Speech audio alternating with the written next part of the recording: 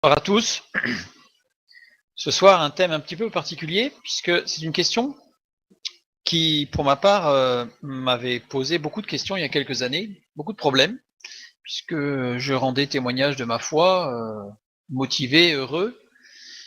Et un jour, quelqu'un me dit froidement, c'est bien, mais ton Dieu, il est vraiment sympathique. Mais il s'adresse aux Juifs, à la limite aux gens autour du bassin méditerranéen, mais les autres. Il a dit les Chinois, les Amérindiens, les Inuits dans le Grand Nord, ben ils sont un peu oubliés. Donc tu peux ramasser ton livre. Et puis moi, si un Dieu existe, j'aimerais qu'il s'intéresse à tout le monde. Et j'étais resté un peu la bouche ouverte, me demandant qu'est-ce que je peux répondre à ça. J'avais rien répondu, puisqu'il avait l'air sûr de lui. Puis j'ai commencé à chercher, à creuser, à lire. Et évidemment, il y a des réponses. C'est ce que nous allons voir ce soir. Alors ce soir, nous allons nous adresser surtout sur l'extrême-orient, c'est-à-dire la Chine, et on verra que peut-être une autre fois on fera les Amérindiens. Sachant que c'est totalement différent, mais c'est très intéressant aussi, bien sûr. Donc, commençons. On va lire un passage de la parole de Dieu, Romains chapitre 1, verset 18a, et on va voir jusqu'où on va aller. La colère de Dieu se révèle du ciel contre toute impiété et toute injustice des hommes qui retiennent injustement la vérité captive, car ce qu'on peut connaître de Dieu est manifeste pour eux, Dieu le leur ayant fait connaître. En effet, les perfections invisibles de Dieu, sa puissance éternelle et sa divinité, se voient comme à l'œil depuis la création du monde, quand on les considère dans ses ouvrages. Ils sont donc inexcusables, puisque, ayant connu Dieu, ils ne l'ont point glorifié comme Dieu, et ne lui ont point rendu grâce. Mais ils se sont égarés dans leurs pensées, et leur cœur sans intelligence a été plongé dans les ténèbres. Dieu est manifeste. Phanéros. Phanéros, être manifeste, révélé de façon claire et sans équivoque. Donc c'est pas ce terme employé est bien quelque chose de clair. Les gens, Dieu s'est révélé de façon claire, sans aucune équivoque, pas de doute. Dieu s'est révélé. Il y a un mot qui n'est pas traduit. Ici, gare. En effet, Dieu est manifeste pour eux. Dieu, en effet, le leur ayant fait connaître. Ayant fait connaître, c'est phanéros. Donc on est à nouveau dans le même terme. Donc il n'y a pas d'ambiguïté. Ce qu'on peut connaître de Dieu est clair pour eux, pour les hommes. Dieu, en effet, on insiste bien, en effet, le leur ayant fait connaître, de façon claire. Ce verbe phanéros est utilisé 49 fois dans la parole de Dieu, dont 6 occurrences avec la même forme qu'ici. C'est-à-dire qu'en fait, on a 6 fois le mot employé, phanéros, conjugué exactement, c'est-à-dire ephanérosen, exactement avec cette tournure. Dans Jean chapitre 2, verset 11, donc je voulais juste dire, je n'ai pas mis dans le bon ordre, mais que c'est à l'aoriste indicatif actif, et on va voir pourquoi, important. Tel fut à Cana en Galilée le premier des miracles que fit Jésus. Il manifesta sa gloire et ses disciples crurent en lui. Ensuite, on a Jean 21. Après cela, Jésus se montra ou se manifesta encore aux disciples sur les bords de la mer de Tibériade, et voici de quelle manière il se montra, manifesta, encore. Donc là, on en a 2 sur les 6, donc on a 3 là. Tite, chapitre 1. Paul, serviteur de Dieu et apôtre de Jésus-Christ pour la foi des élus de Dieu et la connaissance de la vérité qui est selon la piété, lesquels reposent sur l'espérance de la vie éternelle promise dès les plus anciens temps par le Dieu qui ne ment point et qui a manifesté sa parole en son temps par la prédication qui m'a été confiée d'après l'ordre de Dieu notre Sauveur. Promise dès les plus anciens temps. J'ai souligné ici, parce que quelque chose qui existe depuis les plus anciens temps. Donc les plus anciens temps, aussi loin que l'on puisse remonter, c'est la création, Adam et Ève. Donc cette espérance de la vie éternelle existe depuis les plus anciens temps, pour tous, parce que Dieu s'est manifesté. Ces 6 occurrences sont toujours liées à une action concrète de Jésus, la parole faite chair. C'est toujours lié à une action concrète. Ce n'est pas spiritualisant, ce n'est pas psychologique, ce n'est pas intuitif, ce n'est pas émotionnel, ce n'est pas une impression, c'est quelque chose de concret. L'eau changée en vin, c'est concret. Sur le lac de Tibériade, Jésus qui a fait cuire des poissons, c'est concret. Jésus qui a mangé devant eux après sa résurrection, c'est concret. Tout est toujours concret. Et quand l'apôtre Paul parle de la manifestation de la gloire de Dieu, on se rend compte que dans le contexte, il y a eu des miracles. Donc il y a eu des choses concrètes. Dieu se manifeste de façon concrète. Parce que certains disent, et je l'ai dit, et je le pense, de toute façon, parce que la parole de Dieu le dit, chacun a dans son cœur la pensée de l'éternité. Mais la pensée de l'éternité, ce n'est pas quelque chose de concret. Or là, dans le Nouveau Testament, nous avons bien un terme qui manifeste la gloire de Dieu de façon concrète. Et ce qui est intéressant de souligner, c'est que les 49 occurrences de cette manifestation de Dieu, qui doit mener à une décision pour entrer dans le jubilé étant le 50. Le nombre 49, indique comme une sorte de progression pour aller jusqu'au jubilé, le jubilé étant on efface toutes les dettes et on repart à zéro. Donc il y a bien cette image, cette manifestation de la gloire de Dieu, cette manifestation de Dieu depuis les plus anciens temps, auprès des hommes, a un but précis, bien sûr, et ce but, c'est la conversion, c'est un retour à lui, bien sûr. Comme les 49 occurrences du verbe crucifier. Crucifier, on l'a 49 fois parce que c'est la porte qui nous permet d'aller jusqu'au jubilé, c'est-à-dire jusqu'au jubilé spirituel, c'est-à-dire jusqu'au pardon, on efface les dettes. Donc le mot dans le Nouveau Testament crucifié est aussi employé 49 fois. Évidemment, c'est pas un hasard. Quelle révélation Dieu a-t-il donnée aux hommes et aux femmes, aux êtres humains? La parole de Dieu, vous allez dire. C'est écrit dans la parole, qui s'est concrétisée dans l'incarnation du Fils de Dieu, qui est la parole faite chair. Jean 1,14, Jésus-Christ est la parole faite chair. Donc ça s'est concrétisé, il y a l'incarnation, on a déjà étudié. Mais qui avait accès à la parole de Dieu? Les enfants d'Israël, c'est tout. Mais y a-t-il des textes plus anciens que la parole de Dieu, que la Bible? Puisque Israël avait... Enfin, alors il n'y a pas que Israël, quand je dis Israël, il y a tous les peuples qui entouraient Israël, bien entendu, qui avaient connaissance du Dieu des miracles, puisqu'on lit à plusieurs endroits que les peuples autour avaient eu connaissance de la traversée de la mer Rouge, avaient eu connaissance des grands miracles, des 10 plaies, etc. Donc ils avaient connaissance du Dieu d'Israël, et ils avaient connaissance de la gloire de Dieu, et ils avaient connaissance des règles établies par Dieu dans le Pentateuque, dans la Torah. Oui, il y a des textes plus anciens. Pardon. On connaît, on a déjà entendu parler de l'épopée de Gilgamesh. Souvent d'ailleurs, certains disent que la Bible est une copie de cette... Bon, on ne va pas l'étudier ce soir parce que ce n'est pas le sujet, mais on verrait que ce n'est pas possible. Épopée de Gilgamesh, pour information, ce n'est pas un titre qui était donné à l'époque à ce livre, ça a été donné par les traducteurs, puisque c'est un récit d'un homme surpuissant à un moment donné quand même, qui s'appelle Gilgamesh, et qui a traversé la Terre avant de se rendre compte que l'humanité était un trésor. En fait. Donc voilà, c'est tout un récit style plus intéressant que l'Odyssée, mais c'est un peu ce style-là. Quelle origine? C'est la Mésopotamie. Nous avons aussi un autre ouvrage qui s'appelle le Popol Vuh. Le Popol Vuh, c'est en Amérique.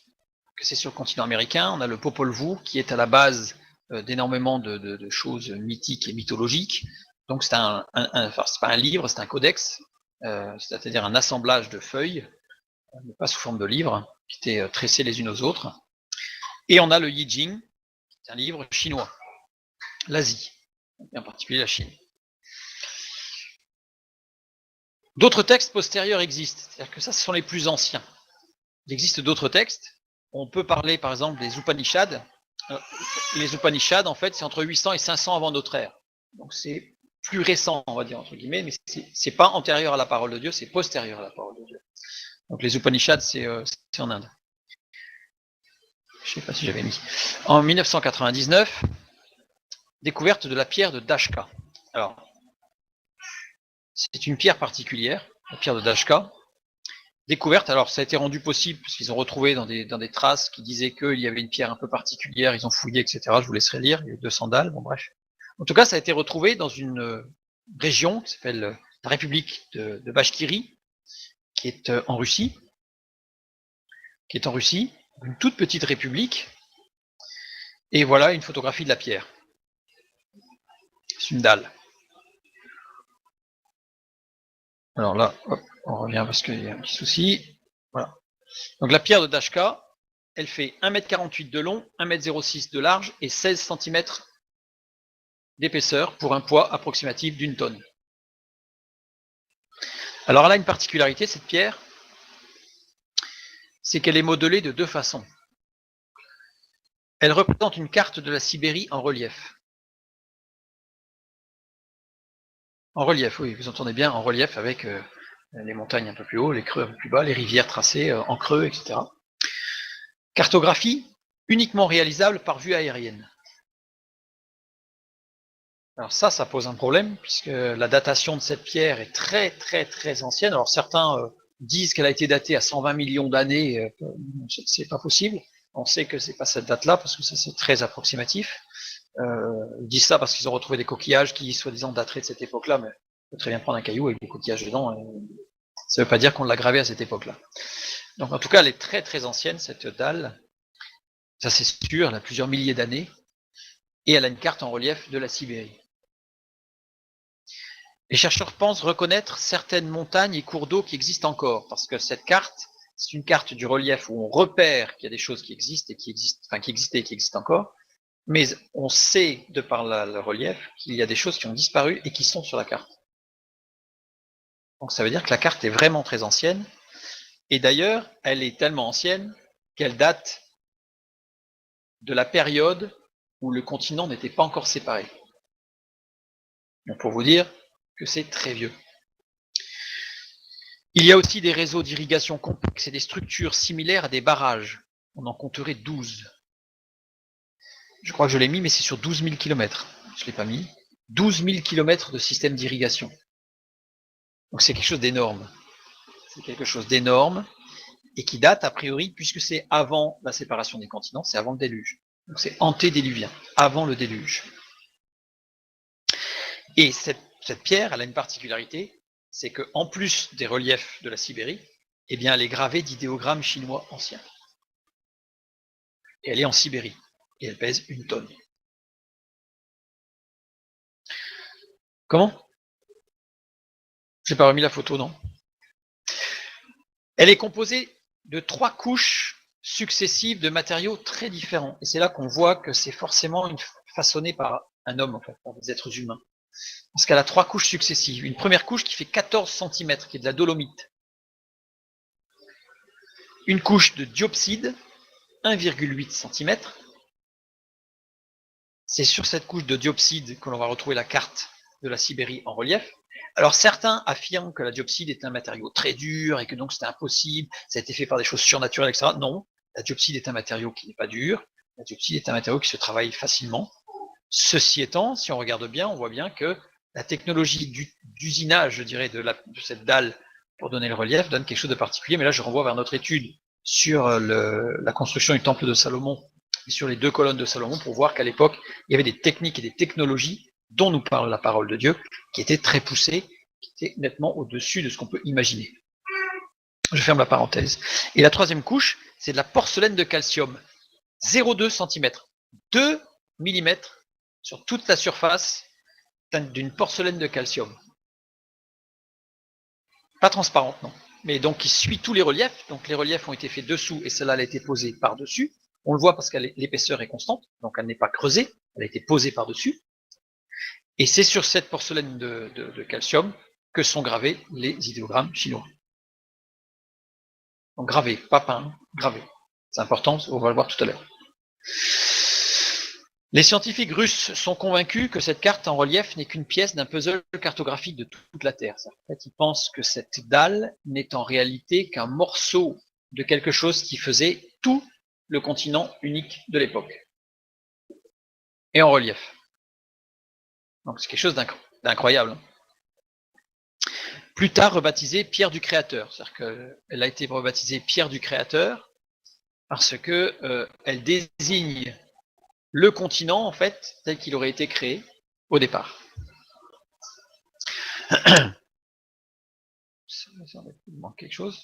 Alors, les idéogrammes chinois anciens nous renvoient vers le Yijing, justement.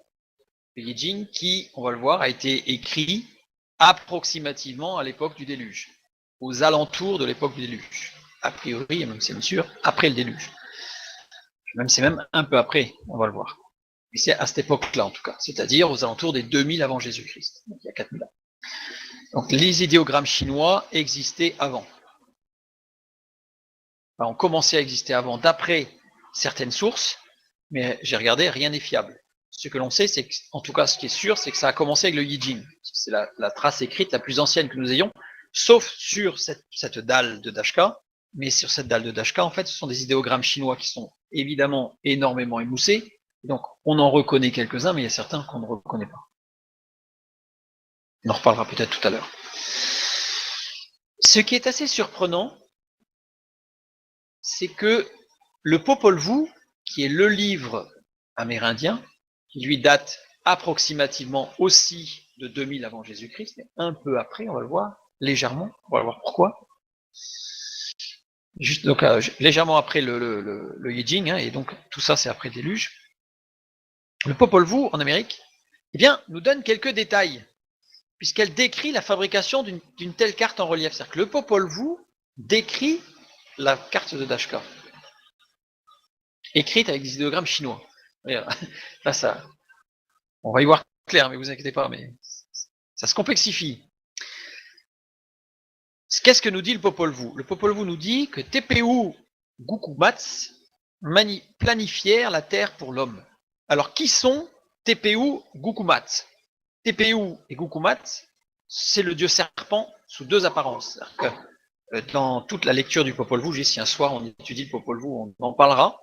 Si je l'ai lu, le Popol Vuh, c'est pas passionnant du tout, mais c'est intéressant d'un point de vue biblique pour voir la révélation de Dieu. TPU Gukumats, c'est le dieu serpent qui se manifeste sous deux apparences. Soit c'est le serpent à plumes, on a déjà entendu parler du serpent à plumes, soit c'est le serpent à plumes, aussi appelé Kukulkan, et le serpent à plumes, c'est celui qui donne des visions, celui qui fait rentrer dans l'extase, celui qui permet de transcender le physique pour aller dans le monde spirituel. Ça, c'est l'une des actions du serpent à plumes. Et l'autre, c'est le serpent souverain de l'inframonde.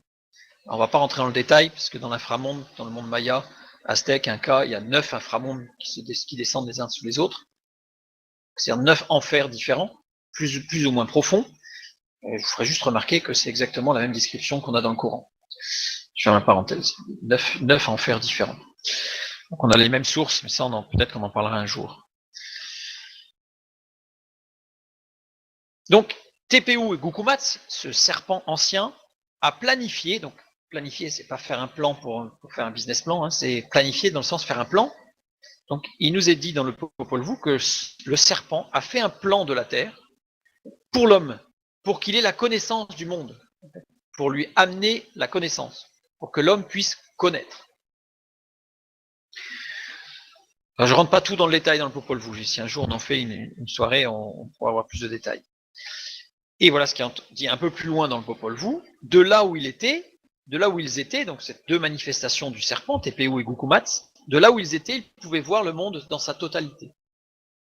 Ça montre bien qu'ils étaient en aérien, donc il y a bien quelque chose de surnaturel qui s'est révélé ici. Voilà, la carte représentant la Sibérie ne peut être faite qu'en relief, que vue en altitude. Pourquoi la Sibérie? C'est assez simple, c'est parce qu'on l'a dit tout à l'heure, en fait, cette dalle, c'est une partie d'un puzzle où les archives disent qu'il y a 200 dalles, qu'il y avait 200 dalles pour former un puzzle de toute la Terre, du continent unique que formait la Terre avant le déluge. Et on en a retrouvé une. Bon, qui a été abîmée en plus, on imagine bien, mais on en a retrouvé une. La Terre sèche ne formait alors qu'un seul continent. C'est ce que nous dit le Popol Vuh. Et la dalle de Dashka. C'est ce que nous dit aussi la parole de Dieu, bien sûr. Que la Terre ne formait qu'un seul continent au départ. Donc c'est à l'époque du continent unique que cette carte a été réalisée pour la connaissance de l'homme, pour que l'homme puisse connaître. Largement avant Sodome et Gomorrhe. Largement avant Sodome et Gomorrhe. Comment ? Le continent unique, c'est au déluge. Jusqu'au déluge, le continent était unique. C'est au déluge que le continent s'est disloqué et c'est quasiment 250-280 ans après le déluge que la Terre s'est complètement disloquée, où on a la séparation de la séparation de tous les continents tels qu'on a aujourd'hui, c'est-à-dire le détroit de Bering dans le nord, avec l'Australie qui s'est détachée des îles Philippines, etc. Donc voilà, c'est au moment de la Bible de Péretz, voilà, descendant de Noé. Donc cette pierre date d'avant le déluge, puisqu'elle décrit un continent unique. Et c'est au déluge que tout ça s'est passé. Alors peut-être je projette un jour peut-être de faire aussi une étude sur les civilisations antédiluviennes, ce qu'on sait sur ce qu'il y avait avant le déluge. C'est très intéressant au regard de la parole de Dieu, bien sûr. Donc le Yijing est antérieur au Popol Vuh, puisque le Popol Vuh décrit la pierre qui avait été faite, et sur cette inscription, on a des, comment ça s'appelle, du chinois ancien. A priori, les textes tendraient à penser que le Yijing est antérieur au Popol Vuh. C'est pour ça que ce soir, on va parler du Yijing. Je me suis posé la question, en fait, par lequel des deux je commençais. Et comme le Yijing est antérieur, et que le Yijing, si un jour on fait Popol Vuh pareil, on verra, a inspiré le Popol Vuh, et on va commencer par le Yijing. Maintenant, le Yijing, ce livre chinois, écrit originellement en chinois ancien. Alors, un tout petit peu d'informations sur l'écriture chinoise. Le chinois est formé de logogrammes. Certains sont des pictogrammes. Quand on dit pictogrammes, ça veut dire que ce sont des dessins figuratifs ayant fonction de signes, pour identifier à quelque chose. Et on a des idéogrammes, qui sont des symboles graphiques représentant une idée ou une action, parce qu'il y a des choses qui sont difficiles à faire en dessin. Par exemple, si je vous dis dessinez-moi la lumière, ça va pas être facile. Dessinez-moi l'amour, ça va pas être facile. Donc il y a des choses qui ne peuvent pas être représentées par pictogramme, et qui vont être représentées par idéogramme. Souvent, on parle de l'écriture chinoise, on parle uniquement des idéogrammes. Il n'y a pas que des idéogrammes, il n'y a pas non plus que des pictogrammes. Il y a les deux. Il y a plus d'idéogrammes que de pictogrammes. Mais voilà. Il existe plusieurs chinois. On parle du chinois, on parle le chinois. Il existe plusieurs chinois. Alors, j'ai mis une carte un petit peu historique là aussi, comme j'avais fait la dernière fois, anachronique, c'est-à-dire forcément dans le même ordre. Enfin, c'est pas tout n'était pas en même temps, mais c'est toute l'évolution en fait des différentes graphies chinoises. Ce qui font qu'on va en parler un petit peu, qu'à un moment donné, il y a certaines graphies qui se sont perdues, une certaine sémantique ou étymologie qui se perd. Enfin, qui s'est perdue, parce que là, il y a un gros travail de recherche pour retrouver cette étymologie. On a une langue en particulier qui est le Wu, alors il y en a une autre dans le sud, je ne sais pas si je l'ai mis ici, je ne sais plus, elle est plutôt dans le centre là, et j'en parlerai pas, mais c'est qui est aussi ancienne que le Wu, voire plus, c'est Maïyo, je crois que c'est ça, qui sont un clan un peu, qui est resté vraiment très soudé les uns aux autres, j'en parlerai à la fin. En tout cas, le Wu, c'est l'une des langues chinoises les plus anciennes, donc juste dans l'est du pays là.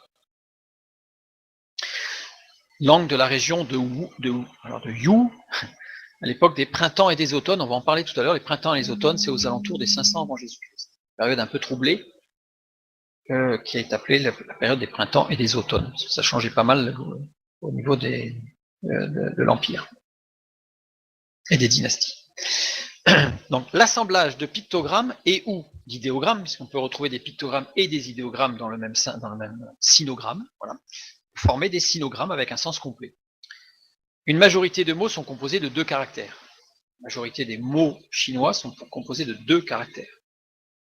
En général, un qui va donner un pictogramme et un qui va donner une action, donc un idéogramme.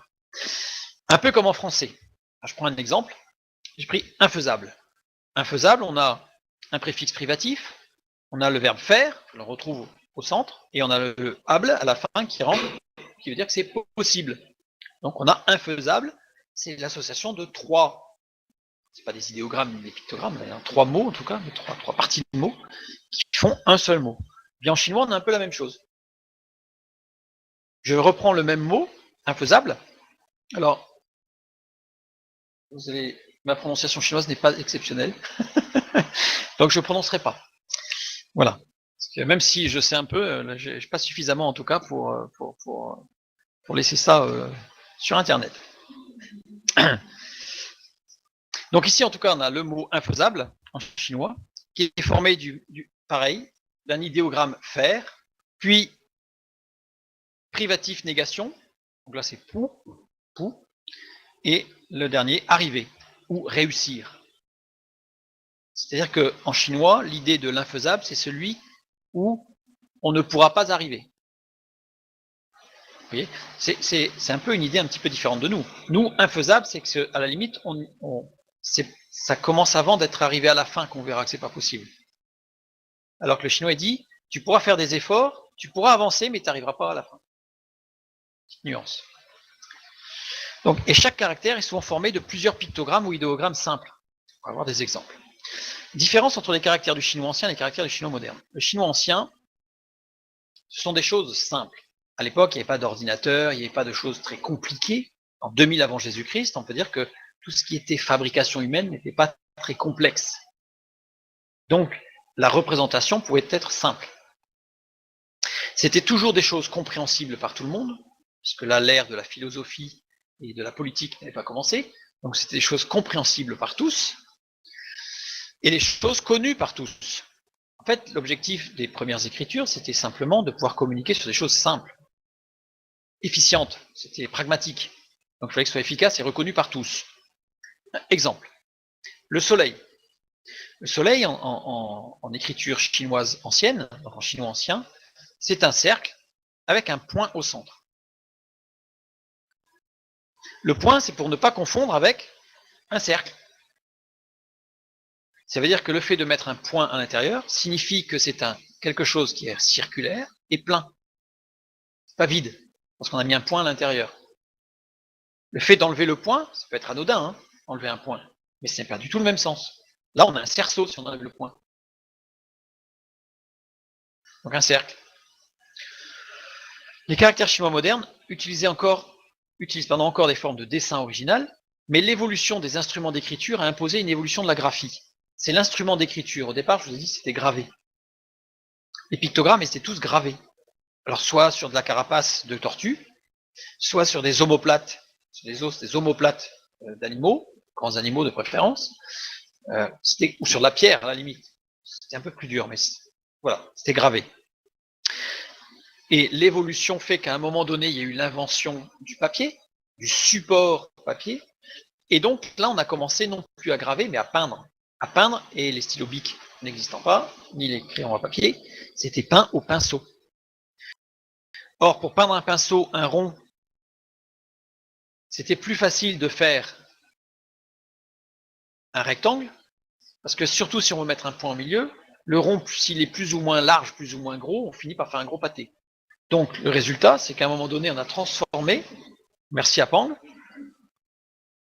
on a transformé le rond avec un point à l'intérieur par un rectangle avec une barre qui représente le point pour dire que c'est quelque chose de plein. Donc ça, ce mot-là signifie soleil, qui est devenu, voilà, soleil, de cette manière-là.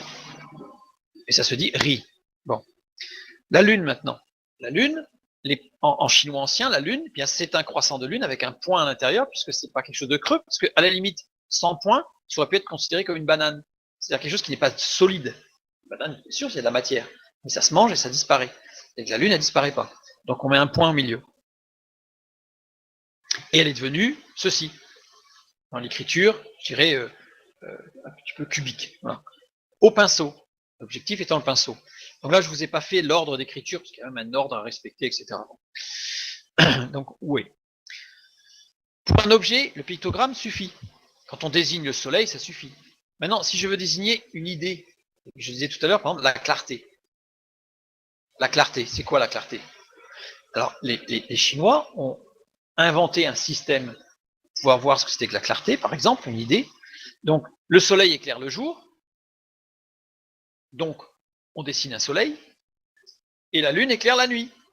Éclaire, c'est-à-dire qu'en fait, reflète la lumière du soleil. Donc, on va faire la lune juste derrière pour désigner le mot clarté, c'est-à-dire soleil-lune, c'est-à-dire que c'est quelque chose qui est soit direct, soit réfléchi. Vous voyez, donc c'est vraiment une idée. Voilà, Ming. Là, on a la clarté.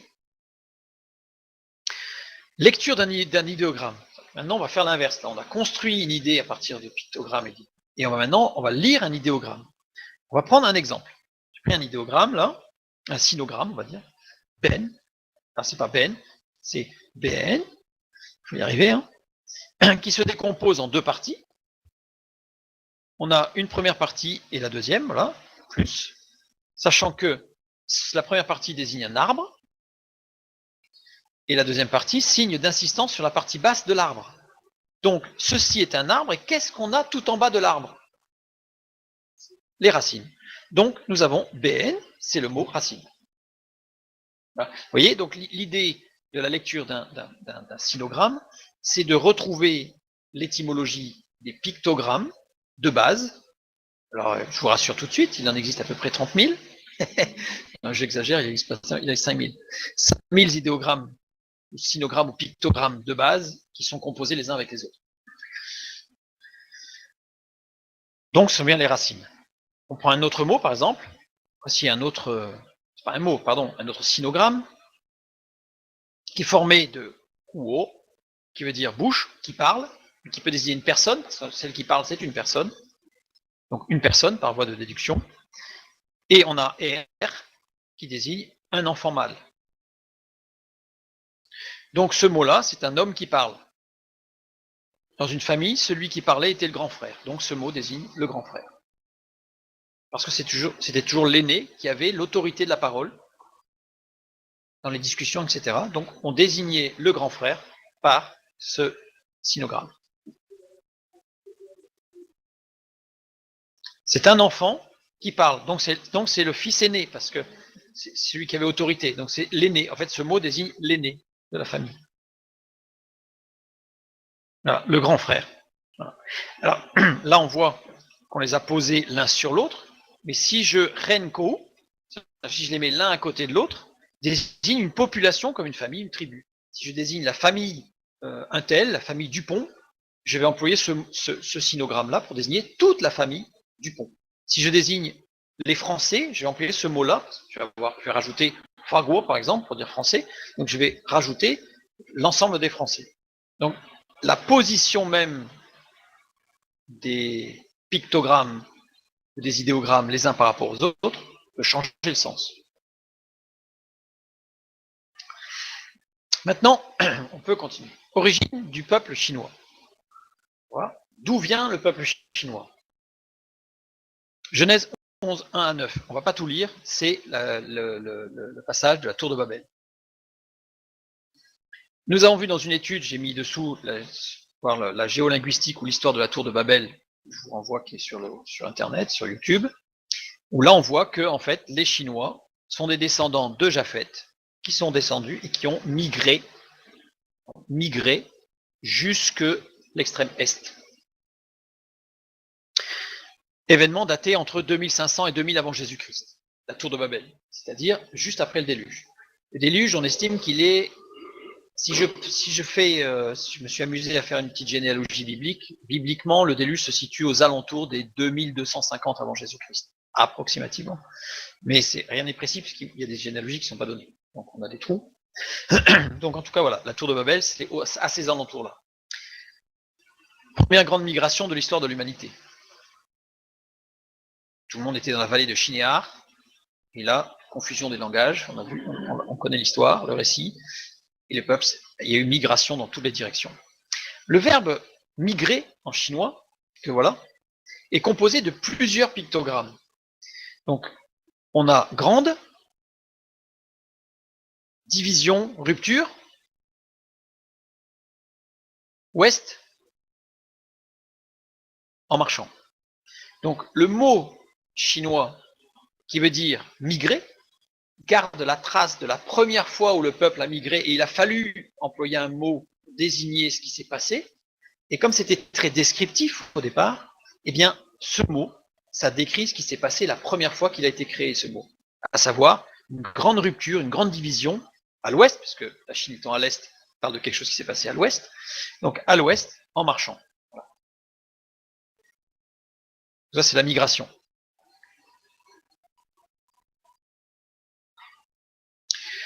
Oups. La migration vers l'ouest se fit à partir de vers l'est, pardon, là c'est une erreur de ma part. La migration vers l'est se fit à partir de la première tour, la tour de Babel. Si je prends le mot tour, ta, on a un sinogramme tour, poussière, terre. J'arrête de prononcer parce que ça va être terrible. Herbe sèche. J'ai mis sèche entre parenthèses parce qu'elle n'est pas forcément sèche, mais elle peut désigner l'herbe sèche. En tout cas, ce mot désigne quoi? Des briques.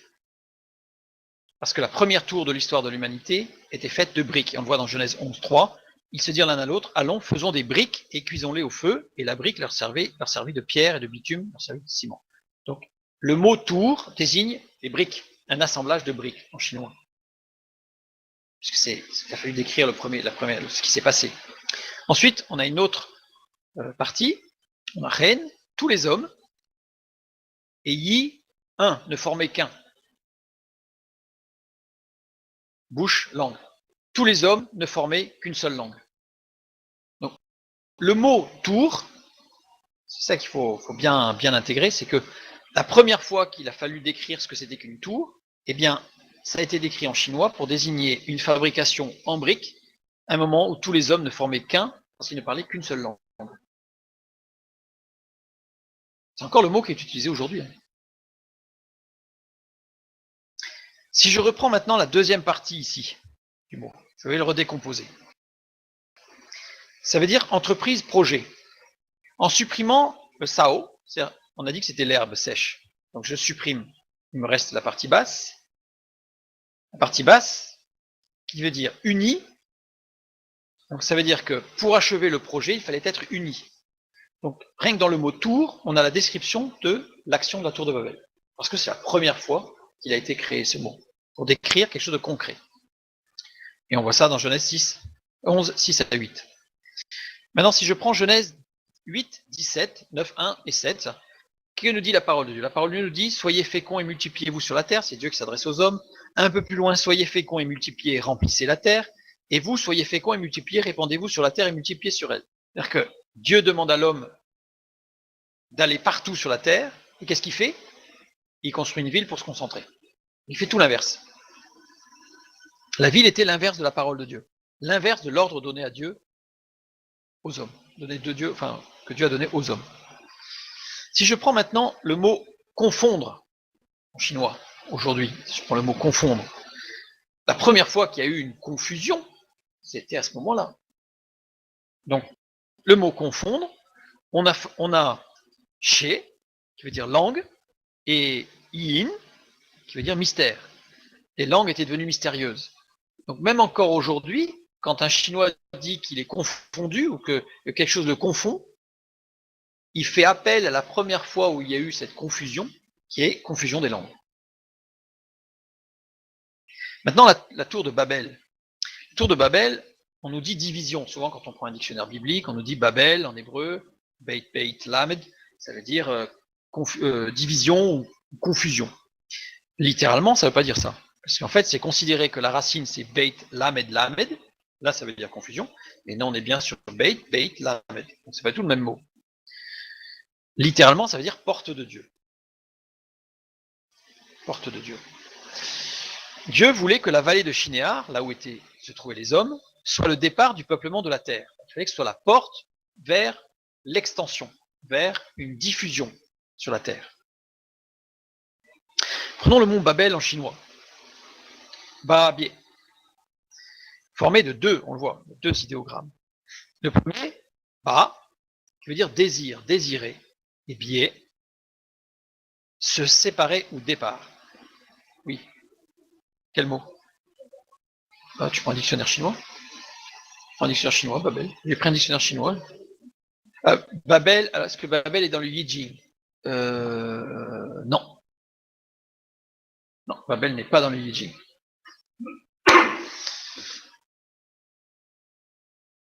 La construction de Babel, c'est pour expliquer pour l'instant en fait la construction et que ça renvoie à la construction initiale de la première fois où le mot a été rencontré. Donc en fait le désir de Dieu à Babel, c'était que les hommes se séparent pour multiplier sur la terre, pas forcément dans la confusion, mais que c'était l'ordre de multiplier, répandez-vous sur la terre. Et l'homme il s'est concentré, au contraire, il a voulu faire une ville surpuissante. Résultat, il y a eu la confusion des langages. Donc ça, c'était le plan de Dieu. Le Yi-Jing. Le Yi-Jing, c'est le plus ancien ouvrage de l'histoire. La Bible, c'est 1600 avant Jésus-Christ, je l'ai mis, je crois, après. Écrit environ 2000 ans avant Jésus-Christ. La Torah, les 5 premiers livres de la Bible. 5 premiers livres de la Bible, écrits environ 1600 ans avant Jésus-Christ. C'est-à-dire que le Yi-Jing est approximativement 400 ans plus vieux que la Bible, que la partie la plus ancienne de la Bible. Et le Tanakh, c'est tout l'Ancien Testament, écrit donc entre moins 1600 et moins 400, jusqu'aux derniers écrits. 2000 ans avant Jésus-Christ, peu de temps après le déluge. L'auteur du Yi-Jing. Qui est l'auteur du Yi-Jing? C'est un monsieur qui se prénomme Fuxi. Alors écrit de deux manières, ça dépend. Mais... je ne l'ai pas mis en chinois, j'aurais pu. Et il annonce pourquoi il a écrit ce livre. C'est intéressant. Il annonce pourquoi il a écrit ce livre. Pour que les générations futures se souviennent du Dieu créateur. Ah, là, ça devient intéressant. Que nous dit le Tanakh dans les psaumes, psaume 102, verset 18, que cela soit écrit pour la génération future et que le peuple qui sera créé célèbre l'Éternel. On a une structure, on va le voir, qui va se construire de la même manière. Sauf que la révélation de Dieu, c'est la parole de Dieu, ce n'est pas le Yi-Jing. Nous sommes d'accord, mais Dieu n'a pas laissé ignorants tous les hommes. C'est ça le message. Le Dieu créateur s'appelle de plusieurs façons en chinois, mais l'une des façons les plus communes, c'est Shangti ou Shangdi. Moi, personnellement, je préfère le D, mais bon, Shangdi. Voilà ce que nous lisons dans le Shujing. Le Shujing, on va le voir un petit peu après, c'est un commentaire du Yi-Jing. Il y en a 4. Il y a eu 3 commentaires, plus le Yi-Jing, ça fait 4 ouvrages. Depuis toujours, l'empereur devait sacrifier un agneau pour la justification de l'empereur et du peuple en ayant récité. En fait, il avait une prière à faire. Au commencement, il y avait le grand chaos, sans forme et ténébreux. Toi, le souverain spirituel, tu t'es manifesté dans ta présidence, tu fis le ciel, tu fis la terre, tu fis l'homme parfait. C'est dans le Yi-Jing, écrit 400 ans avant la Genèse, en Chine. Donc il s'agit de Shangdi, le souverain spirituel. Nous lisons dans Genèse 1, au commencement Dieu crée les cieux et la terre, nous connaissons le passage. Un autre nom de Dieu, c'est Ling. Ling en chinois, qui est formé de 3 fois Huo, qui veut dire 3 personnes. Et les 3 personnes, on les voit au milieu, sont soulignées par un trait Yi, qui veut dire ne formant qu'un. Donc Shangdi, dès le départ, c'est Dieu en 3 personnes qui ne forment qu'un. Ensuite, on a d'autres pictogrammes, on continue. Wu, celui qui agit surnaturellement. Ce Wu est formé de Ren fois 2. 2 personnes, plus une sorte de I, là, le gong, qui veut dire qui travaille. Alors, il n'y a pas de conjugaison, hein, c'est singulier au pluriel, donc on peut le mettre, c'est 2 personnes qui travaillent ou il n'y en a qu'une qui travaille, peu importe. C'est intéressant quand même. Et ensuite, il y a le trait, le gong, lui est lui-même formé de pictogrammes encore plus simples. C'est-à-dire une personne qui dirige les autres, et les 2 autres à l'horizontale sont sous l'obéissance, quelque part, de la 3e. On sait aujourd'hui, je renvoie à notre étude sur la Trinité, que Dieu, dans la parole de Dieu, est trinitaire. Il y a une personne en 3 hypostases, c'est-à-dire 3 manifestations de personnes différentes, ne formant qu'un seul Dieu, qu'un seul être, et chaque personne ayant ses attributs propres. Et dans l'étude, nous avions vu qu'il y avait Dieu le Père étant les 2 autres, le Fils et le Saint-Esprit, étant subordonnés au Père, ne formant pourtant eux-mêmes partie de la divinité, donc ils sont Dieu aussi. Et c'est Dieu le Père qui est ordonnant, qui ordonnance, le coordonnateur de tout. Je renvoie vers notre étude sur la Trinité pour bien comprendre cela. Mais ce qui est intéressant de voir, c'est que Ling, l'un des mots chinois pour Dieu, décrit parfaitement la Trinité. Avant même qu'il y ait eu des cours de théologie. Pourquoi? Parce que c'était connu dès l'époque. Dès cette époque-là, tout le monde savait que Dieu était en 3 personnes, ne formant qu'un, et qu'il agissait surnaturellement. Le troisième nom, Shen, s'écrit aussi de façon, hein, donc on va étudier la deuxième façon, ici, qui est plus proche du chinois ancien. Donc Shi veut dire déclarer, parler, prononcer, parole, et Shen, qui veut dire la création. La création a été faite par la parole. Donc, les mots qui vont être utilisés dans le Yijing vont dépendre du contexte. C'est-à-dire que quand le Yijing va parler de la création, il va employer le nom de Dieu, ce ne sera pas Shangdi, ce sera Shen. Celui qui parle et qui fait. Dans d'autres passages, où on va voir Dieu dans une action auprès des hommes, on va voir Ling. Et d'une façon générale, on aura Shangdi. Et la création, Shen, est formée de Gun et de Tian. Gun étant un homme, Tian étant un jardin parfait, le jardin avec les 4 rivières dedans, la croix. Donc le but de la création, c'est l'homme dans le jardin. Et voilà. Nous avons la parole de Dieu a créé, et le but de la création, c'était l'homme dans le jardin de Dieu. On a ça dès le départ. La justification, puisque en fait là on a un texte ancien, le Shujing, qui nous parle de la justification. Qu'est-ce que c'est que la justification? Être justifié. Alors, on va voir de quoi, et là on va voir comment. Qu'est-ce que la justification? Yi forme wo, qui veut dire moi, je, et de yang, agneau, mouton.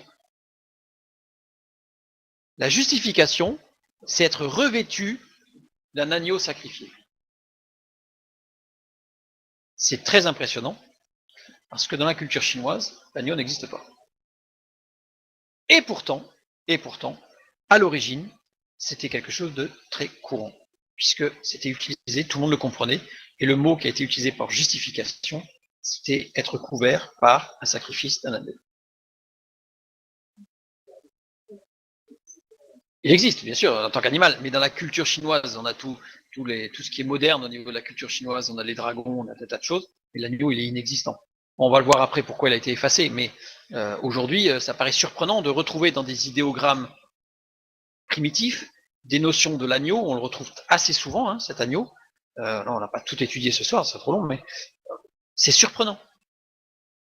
Et le lien, il est à faire directement avec ce qui se passait, puisque le chinois ancien était construit sur des choses très pratiques que tout le monde comprenait. Donc là, je mets un passage de la parole de Dieu. Fuxi nous dit que donc il a créé pour que les générations futures se souviennent du Dieu créateur, et pour que tous se rappellent qu'ils ont fauté devant Dieu. Shangdi. Donc Shangdi. C'est ce qui rejoint Romains chapitre 3 verset 23, car tous sont péchés et sont privés de la gloire de Dieu. Dans le Yijing, il nous dit que l'homme et sa femme furent placés dans un jardin de Dieu. Ils mangèrent de l'arbre défendu. Ce que nous avons dans le Yijing. L'arbre défendu étant décrit comme étant l'arbre de la sagesse ou de la connaissance. Shangdi dut les exclure du jardin et fermer l'accès au jardin. Mais Shangdi fit des promesses qui sont aussi dans le Yijing. Et le troisième volet pour lequel Fuxi a écrit son livre, c'est pour veiller sur les promesses de Shangdi. Parce qu'il fallait que les promesses de Shangdi restent connues. Il ne fallait pas qu'elles s'oublient ou qu'elles se déforment. Donc ça a été écrit. Alors je ne l'ai pas mis, mais Fuxi dit que c'est Shangdi qui lui a dit d'écrire, que c'est Shangdi qui lui a révélé la manière d'écrire. Cette manière d'écrire, en fait, Fuxi explique, c'est qu'en observant, il demandait à Shangdi de l'aider à écrire parce qu'il ne savait pas écrire, parce que l'écriture n'existait pas. Il a commencé à écrire, ça n'existait pas. Et en fait, Shangdi a envoyé un oiseau qui s'est posé devant lui sur une vasière et qui, avec ses pattes, a tracé les premiers pictogrammes. Et c'est comme ça que Shangdi a enseigné à Fuxi comment écrire le Yi Jing. Voilà. Par l'observation de l'oiseau. La création maintenant dans le Yi Jing. Rapidement. Dans la création, Dieu a un autre nom. Sheng. Je vous ai donné 3 noms. Et il y en a un 4e qui apparaît quand il est parlé de la création spécifiquement et des suites de la création. On va le voir juste après. Sheng, ça veut dire qui fait croître. Et là, on revient dans Genèse 1, où on voit le Dieu qui crée ex nihilo, par une parole, il n'y avait rien et ce fut. Et on a aussi Dieu qui fait croître. Il a fait germer, il a fait croître la verdure, il a fait croître les arbres, il a fait croître. Donc on a le Dieu qui crée et qui fait croître. On n'a pas qu'un démiurge qui jette sur la terre des graines et qui s'en va. On a quelqu'un qui sème et fait croître. Donc Sheng. Certains pensent que les 3 traits horizontaux représentent le ciel, la terre, la mer et tout ce qui s'y trouve. Voilà, et donc c'est l'autorité de Dieu qui agit sur toute chose. Bon, j'ai mis certains parce que... Mais ce qui est important, c'est ce petit trait là, cette petite virgule au départ. Là. C'est un petit signe très important en calligraphie chinoise qui s'appelle le pied. Alors, parfois c'est insignifiant, mais c'est fondamental. Ça change rien à la prononciation, ça change quasiment rien au sens du mot, et si on l'enlève, ça change tout. Ouais. On a déjà vu ça en hébreu. Hein. Cette petite lettre, cette petite virgule, on va dire, d'apostrophe, apparaît comme une forme abrégée de Sheng. C'est-à-dire qu'en fait, c'est le nom de Dieu, mais discret. Ça rappelle le Aleph en hébreu. Dans de nombreux mots indiquant l'activité ou la vie. Dès qu'il y a quelque chose qui a la vie, il y a cette virgule. Si on enlève cette virgule, il n'y a plus la vie. Vous voyez ? Cette petite chose qui fait toute la différence, qui est discrète, et si on l'enlève, il n'y a plus rien. Donc Sheng créa. Le verbe créer, sao, formé de plusieurs pictogrammes, qui veut dire marcher, parler avec un pied, le parler étant avec un pied et un tuo, qui veut dire poussière, terre, et kuo, qui veut dire une personne. Si je prends l'ensemble, ça veut dire un homme de poussière, vivant et animé. Dieu créa, si je prends le chinois sinogramme, ça veut dire Dieu fit un homme de la poussière, vivant et animé. C'est important le fait qu'il soit animé, parce qu'il n'est pas que vivant, il n'est pas en état léthargique.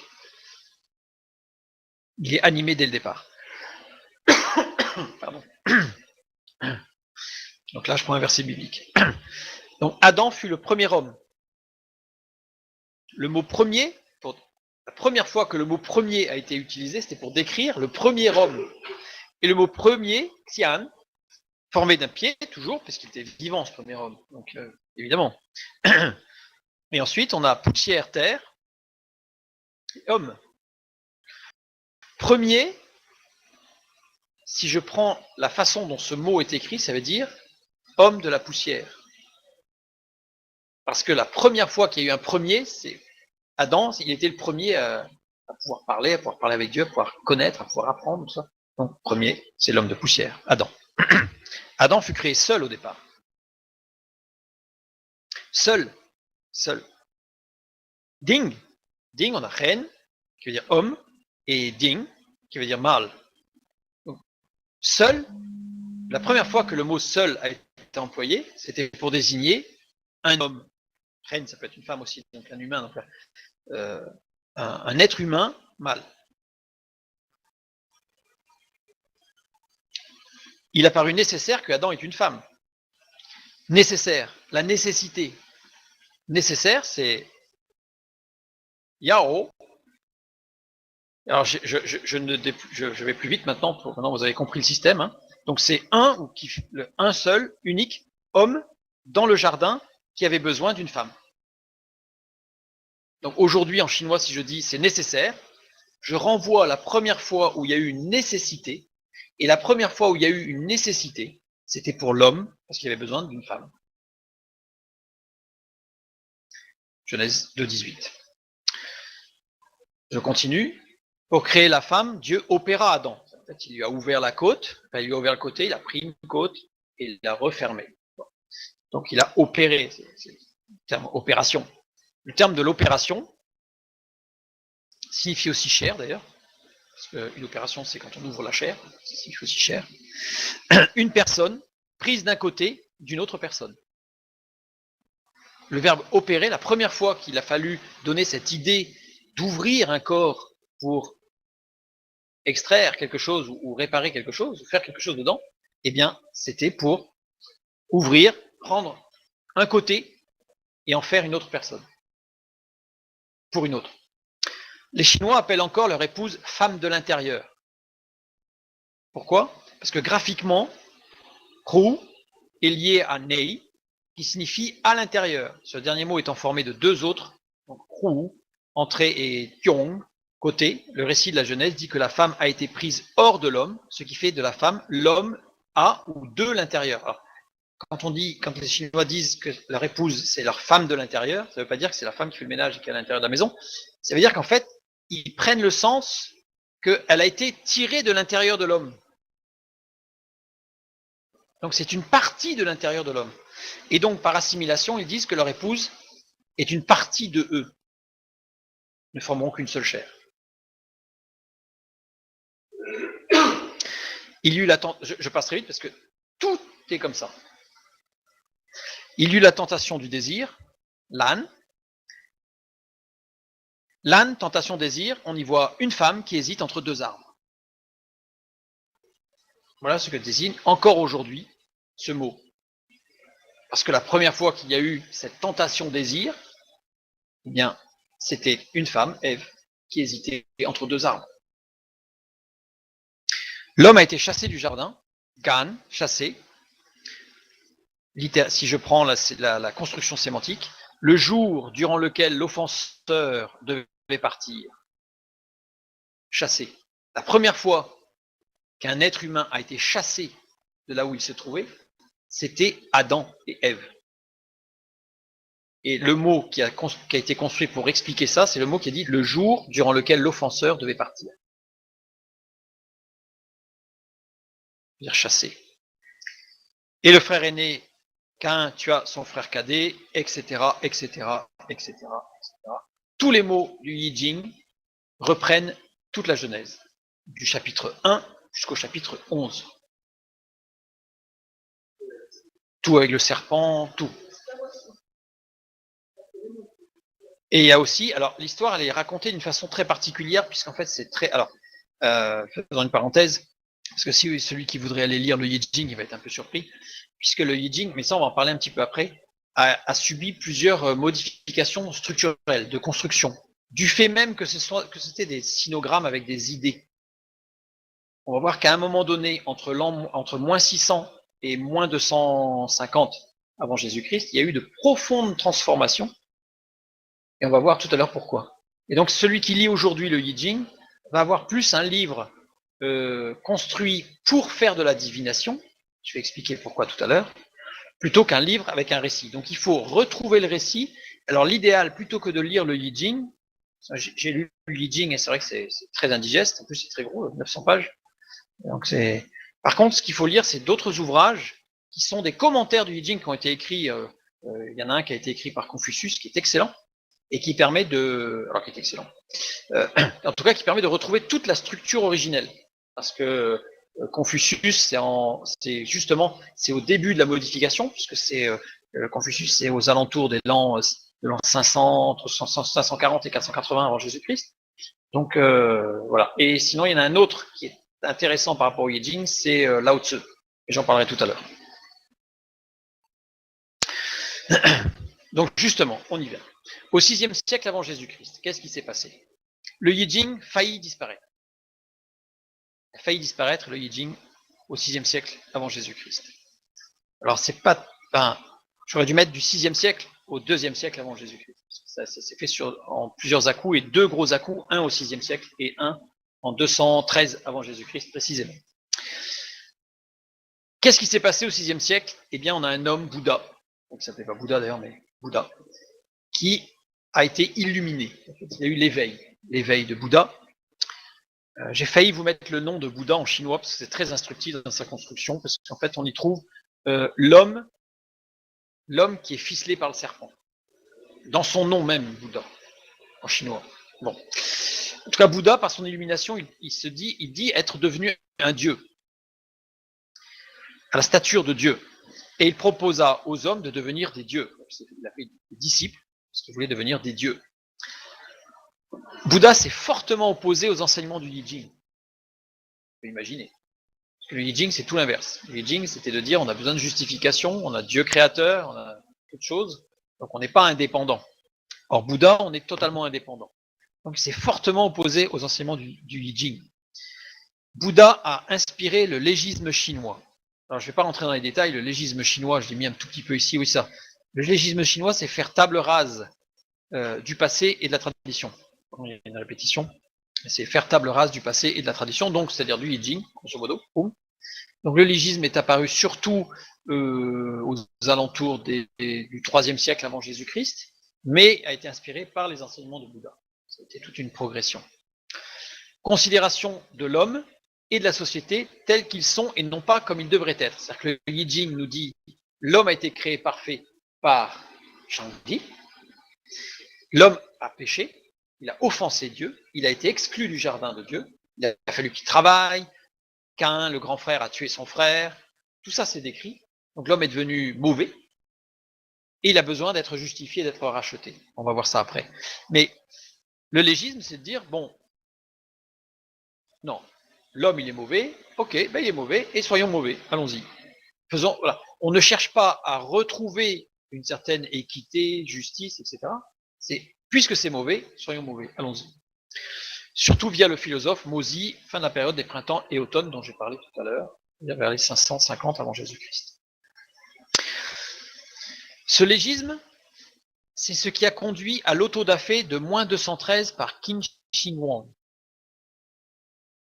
Alors, Qin Shi Huang, c'est un empereur chinois qui a fait beaucoup de mal, extrêmement dur et violent, et un autodafé, c'est-à-dire destruction de tout ce qui pouvait être culturel, parce que il était à fond dans le légisme. Il fallait supprimer tout ce qui était ancien, il fallait supprimer tout ce qui était traditionnel, il fallait supprimer tout ce qui était culturel, il fallait supprimer tout ce qui était racine, il fallait tout supprimer. Et donc il a tout fait brûler, y compris les Yi Jing, surtout les Yi Jing.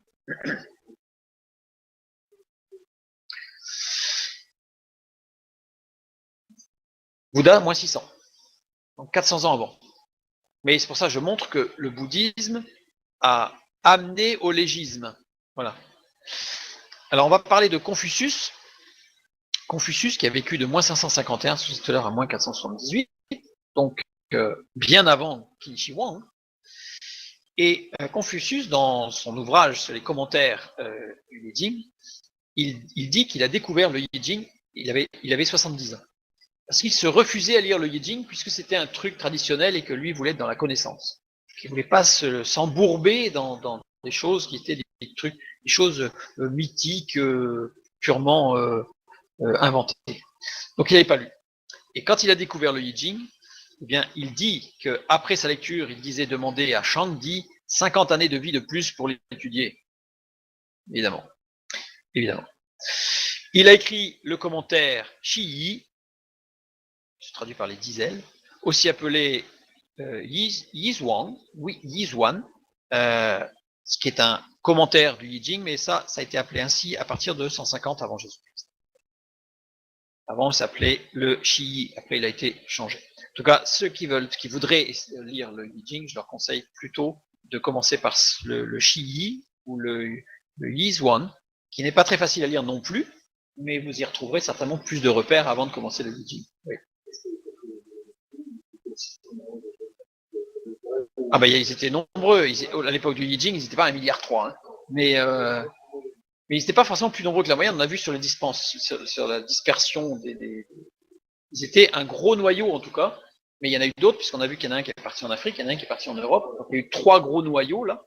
Et après, c'est le noyau de l'Europe. Puisque Japheth, en fait, c'est l'Europe et l'Asie. Et ces deux-là se sont regroupés en Sibérie, justement, Pierre de Tachka. Et de là sont partis, avant la cassure complète sous Peleg du continent, par le détroit de Bering, ils sont partis en Amérique, sur le continent américain. Voilà. Ça, on verra ça si on voit le Popol Vuh. Non, Confucius n'a pas vécu 50 ans de plus. Confucius, au grand regret mais à son grand regret, il n'a pas vécu 50 ans de plus pour étudier le Yi Jing. Et ceci étant, il l'a quand même lu et il en a fait un commentaire, le Shi Yi. Il est mort à quel âge? Alors, il faut calculer. Petit calcul mental, là, pour ceux qui souhaitent. Voilà. Je vais plus loin. Et donc, le Yi Jing et le Shi Yi sont inséparables en Chine. C'est-à-dire qu'on considère maintenant que c'est un seul ouvrage en réalité, parce que le Yi Jing, comme je vous ai dit, a été amené à être considéré comme étant purement divinatoire, donc quasiment incompréhensible. Et surtout qu'aujourd'hui, quand je suis allé en Chine, j'en ai parlé à des Chinois cultivés, et quand je leur ai présenté en leur disant je suis en train de lire le Yi Jing, ils me regardent avec des grands yeux. Alors, c'était pas tout rond, parce que pour les Chinois, c'est pas facile d'avoir des yeux ronds, mais j'ai des grands yeux bridés, en me disant mais c'est complètement indigeste. J'ai dit oui, mais regarde, j'ai présenté la structure du chinois par rapport au chinois ancien, et c'est très curieux, hein, parce que en fait, les personnes à qui je l'ai montré ont dit oh, j'avais jamais vu. Pourtant, c'est leur langue. Mais ils sont tellement habitués qu'en fait, ils ne voient même pas. Et donc là, ceux à qui j'en ai parlé, ça a fait une explosion, hein, parce qu'ils se sont dit oh, mais c'est incroyable. Et ils sont intéressés, je leur ai dit plutôt que vous intéressez au Yi Jing, intéressez-vous plutôt à la parole de Dieu, vous aurez directement les informations en clair. Donc, quand il a voulu détruire le Yi Jing, le Qin Shi Huang, eh bien en fait, il y a des exemplaires qui ont été sauvés par Li Si, qui les a classés par ruse. Donc il a classé, pardon, il y a une faute, c'est pas très bien construit, mais des sous-yi, c'est-à-dire la compilation du Yi Jing et du commentaire de Confucius, et il les a classés dans les bibliothèques parmi les livres de médecine et de divination. Parce que Qin Shi Huang, bien entendu, voulait tout brûler, sauf tout ce qui concernait la divination, l'ésotérisme, la sorcellerie, etc. Donc, il les a cachés dans ces bibliothèques-là, donc il y en a eu très peu de sauvés, puisqu'il avait accès à peu de bibliothèques, il n'y avait pas de bibliothèques partout, donc il y en a sauvé quelques-uns, donc certains disent 7, d'autres 19, quelques-uns, et donc c'est pour ça qu'on a encore aujourd'hui des Yi Jing, parce qu'ils ont été mis dans divination. Je reviens sur Bouddha. Bouddha s'est aussi fortement opposé à Lao Tzu. Alors Lao Tzu a vécu à l'époque de Bouddha. Et donc Lao Tzu, lui, enseignait que la voie du salut se trouvait dans le Yi Jing. Lao Tzu disait la voie du salut se trouve dans le Yi Jing. C'est Shangdi, le salut. Le salut est en Shangdi. Les écrits de Lao Tzu, donc le Dao de Jing, est lié au Yi Jing pour constituer un ensemble qu'il appelle San Xuan, et 3 traités de la profondeur. Donc on a 2 traités qui sont intéressants par rapport au Yi Jing. On a celui-ci, la voie du salut, donc le Dao de Jing de Lao Tzu, et le Shi Yi de Confucius, qui remontent un peu aux sources, je dirais, qui retracent quelques écrits, quelques récits, pas tous, mais quelques récits de la Genèse en réalité, révélés à Fuxi pour le peuple chinois. Voilà. Et donc Lao Tzu, on dit qu'il a créé le taoïsme, parce que Tao ou Dao, ça veut dire la voie du salut. Et j'ai lu plusieurs textes de Lao Tzu qui disaient que la voie du salut, c'est Shangdi. Alors, ce qui s'est passé, c'est qu'il y a eu une évolution du sens de Shangdi, c'est-à-dire que Shangdi est devenu, Bouddha l'a décrit comme étant un éventail, et en fait, parce que l'éventail fait du vent, et il disait Shangdi, c'est comme une énergie cosmique qui voyage, enfin bref, là on arrive à une sorte de panthéisme, à une sorte de New Age avant l'heure, là, anachronique, et c'est pour ça qu'aujourd'hui, quand on parle de Shangdi, pour avoir vu quelques Chinois, enfin plusieurs, mais les Chinois cultivés savent que Shangdi, ah oui, Shangdi, ça désigne un être surnaturel assez vaporeux, et pour d'autres, Shangdi, en fait, ça décrit simplement un mouvement de l'air occasionné par l'éventail. Donc voilà, il y a une perte qui s'est faite surtout entre 600 et 200 avant Jésus-Christ, en raison du bouddhisme, qui s'est impliqué et qui a engendré le légisme, et qui a laissé la porte ouverte à tout ce qui est ésotérique. Donc au fur et à mesure, l'écriture chinoise s'est transformée en raison de toutes ces variations là, politiques, philosophiques, avec la perte de certaines racines. En particulier avec les dynasties Han qui succédèrent à Qin Shi Huang. Qin Shi Huang est décédé tragiquement, et ce sont les dynasties Han qui ont pris la succession, sachant que c'était déjà l'anarchie, enfin c'était très totalitaire, ça devenait l'anarchie parce que les gens se rebellaient. Donc quand il y a eu les Han qui sont arrivés, en fait, les peuples qui sont venus du Nord, et en fait ils ont noyé aujourd'hui 80, je crois que c'est 94% de la population chinoise est Han. Donc en fait, ils ont complètement noyé le peuple chinois, et l'écriture chinoise a subi de fortes modifications de par la langue Han. Avec la carte qu'on a vue tout à l'heure, et le marron sur le côté. Donc pourquoi la divination? Pourquoi Li-Si? Alors, Li-Si a certainement donné parce que c'était un moyen de sauver le livre, mais il y a aussi une raison particulière, c'est parce qu'il est parlé de l'avenir dans le Yi Jing. Le Yi Jing décrit l'avenir, parle de l'avenir. Les promesses de Shangdi, justement, ces fameuses promesses de Shangdi qui devaient être gardées. Donc on a vu que Shangdi a fait des promesses, et Fuxi devait les écrire pour qu'elles soient conservées. De nombreux pictogrammes et idéogrammes révèlent le passé, c'est ce que nous avons vu tout à l'heure. Période antérieure à Babel et au déluge. On a vu tout à l'heure énormément de mots, on a vu que quelques-uns, mais il y en a énormément qui décrivent, j'aurais pu passer une grande partie de la nuit à les décrire, toute la nuit, à décrire tout ce qui concerne la chute, Adam et Ève, Caïn et Abel, le déluge, le mot bateau qui veut dire sauver 8 personnes, enfin, énormément de choses qui décrivent tout ce qui s'est passé. Et on voit la structure des mots quand ils ont été inventés, ça correspond à ce qui s'est passé. Donc, Genèse 1 à 11. Voilà. Systématiquement. De nombreux pictogrammes et idéogrammes révèlent le futur. Beaucoup d'ailleurs de ces pictogrammes sont les mêmes. C'est-à-dire que vous avez des pictogrammes et des idéogrammes qui parlent de ce qui s'est passé dans Genèse chapitre 1 à 11, sachant que nous savons aujourd'hui que la structure de la parole de Dieu est une prophétie aussi sur Jésus-Christ, sur sa venue et la fin des temps. On a commencé à regarder ça il n'y a pas très longtemps. Et les pictogrammes et les idéogrammes, c'est la même chose. Toujours période postérieure au retour de Jésus-Christ. C'est-à-dire qu'on a énormément de pictogrammes qui viennent nous parler de ce qui se passera au retour de Jésus sur la fin des temps, avec une nouvelle ville telle que décrite dans Ézéchiel ou dans l'Apocalypse, la nouvelle Jérusalem. Donc il y a énormément de choses qui concernent la fin des temps. Enfin, je dirais après le retour de Jésus-Christ. Ça ne décrit pas, comme nous l'avons vu dernièrement, ça ne décrit pas la période que nous vivons de la fin des temps, ça décrit le retour de Jésus et ce qui se passera après pour l'éternité. Donc il y a des promesses d'avenir en fait. Mais aussi sur la venue de Jésus. C'est-à-dire que le Yi Jing parle de la venue de Jésus. Le Yeshu en chinois. Pour comprendre cela, il faut comprendre qui est Fuxi. On a vu que Fuxi, il a écrit le livre, d'accord. Qui est Fuxi? Fuxi se décrit comme l'un des 3 fils de Nuoa. Qui est Nuoa? Prenons son nom.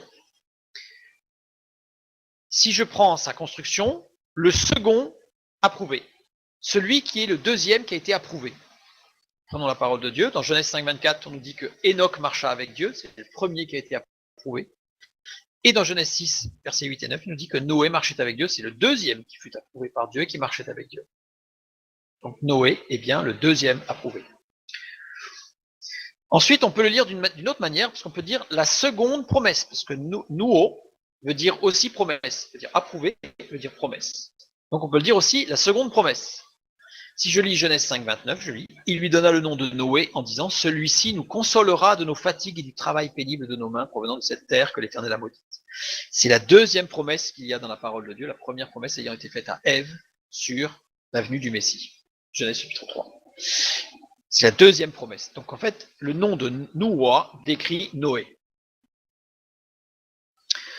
Ensuite, le mot promesse, Nuo, si je le prends littéralement, ça veut dire des mots sur l'homme au travers duquel, cet homme, ou par qui, la malédiction des mauvaises herbes serait supprimée et la vie sur terre serait restaurée.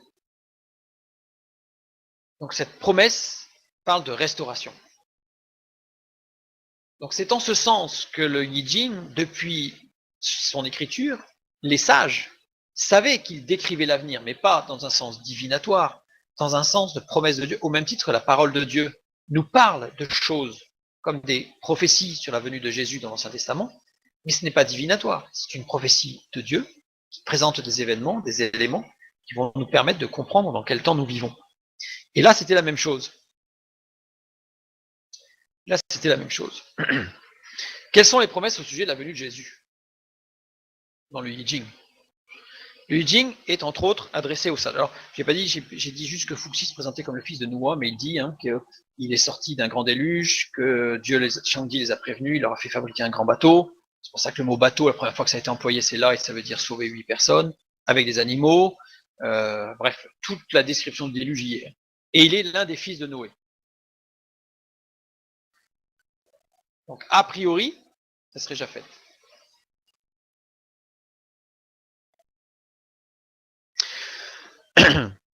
Et le Yi Jing est entre autres adressé aux sages. C'est-à-dire que le Yi Jing n'a pas vocation à être uniquement pour des érudits, il est pour tous, parce que les caractères étaient vraiment des pictogrammes reconnaissables par tous. Mais il y a des choses qui sont pour les sages, ceux qui seront instruits dans cette écriture, qui auront connaissance et qui auront mémoire de tout ça. Donc, et dans le Yi Jing, il est dit qu'ils sont invités, les sages, à scruter le ciel.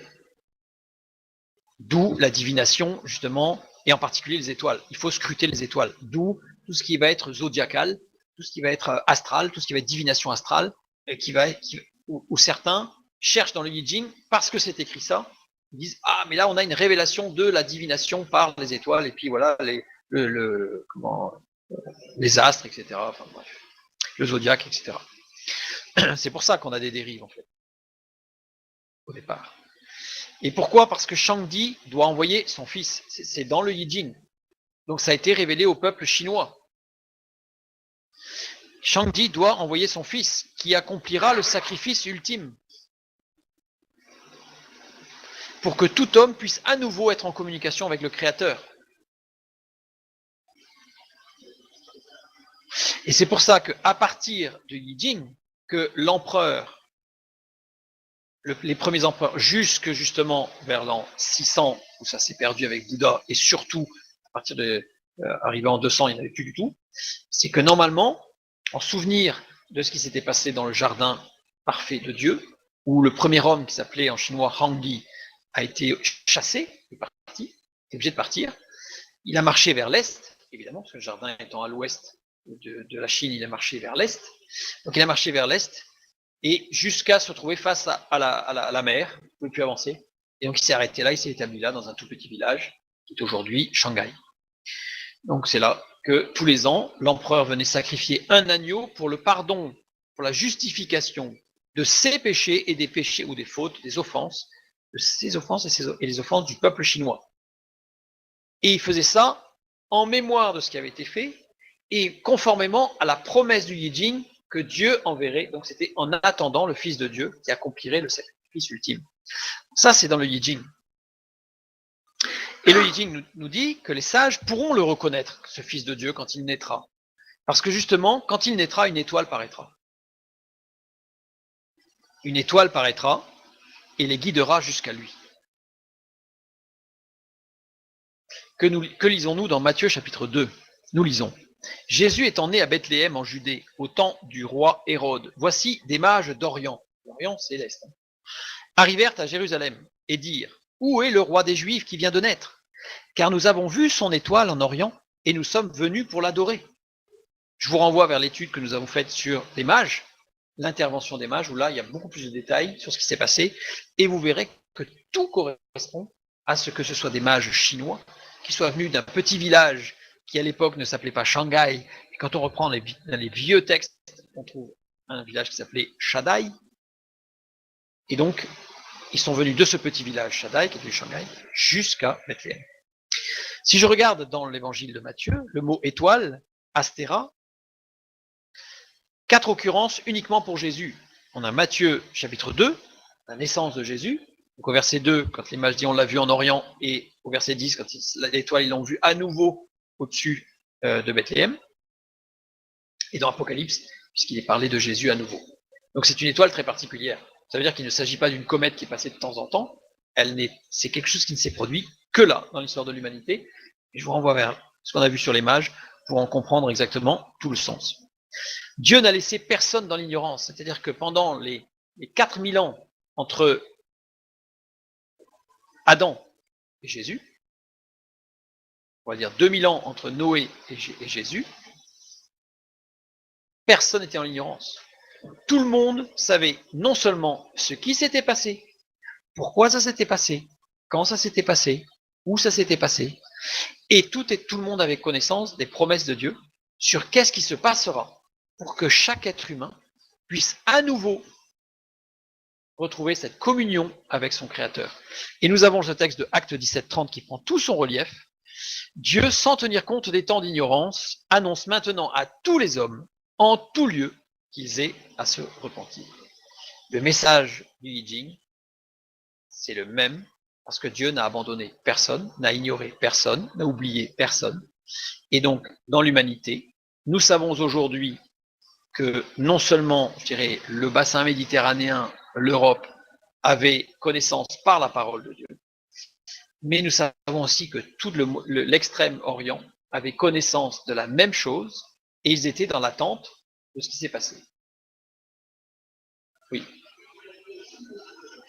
Le Popol Vuh aussi, au niveau amérindien, va avoir, alors d'une manière totalement différente, mais va reprendre aussi toute la révélation de Dieu sur la création, alors avec des déformations, parce qu'ils sont partis, parce que en fait on montrera si on le fait que c'est le Yijing, la base, donc en fait c'est comme le téléphone arabe, hein, c'est-à-dire que plus si on multiplie les sources intermédiaires, on s'éloigne de plus en plus de l'original. Cependant, la promesse a été faite, puisqu'on parlait du Popol Vuh. Le Popol Vuh, il y a des déformations assez conséquentes sur ce qui s'est passé au moment de la création et à la chute. Cependant, Dieu est intervenu, puisqu'il y a un deuxième livre pour les Amérindiens qui s'appelle le Shilam Balam, qui est le livre des révélations. Et dans ce livre des révélations, quelque part, c'est comme si Dieu remettait un petit peu les pendules à l'heure en disant, bon, vous avez oublié certaines choses, moi, je vous dis qu'il y a une promesse de rédemption pour l'humanité.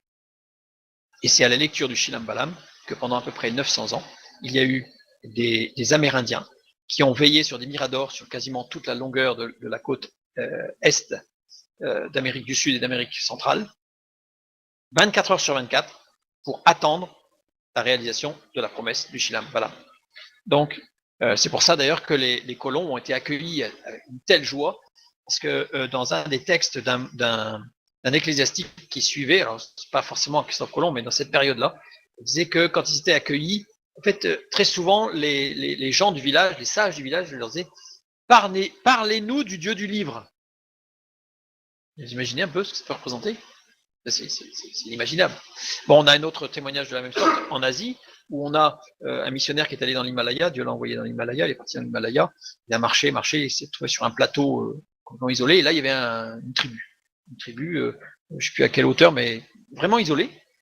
Et donc il est allé les voir en leur disant, voilà, je suis venu vous parler de Dieu, et la réponse des chefs du village, ça a été de lui dire, bah, c'est pas trop tôt, ça fait des siècles qu'on vous attend. Parce qu'ils avaient la promesse du Dieu du livre, et ils savaient que le Fils de Dieu allait venir. Et ils attendaient que quelqu'un vienne leur dire, ça y est, il est venu. Vous pouvez à nouveau retrouver contact avec Dieu. Donc c'est-à-dire que l'humanité entière a gardé trace de l'amour de Dieu pour tous les hommes de l'humanité. Que Dieu vous bénisse. Bonne soirée.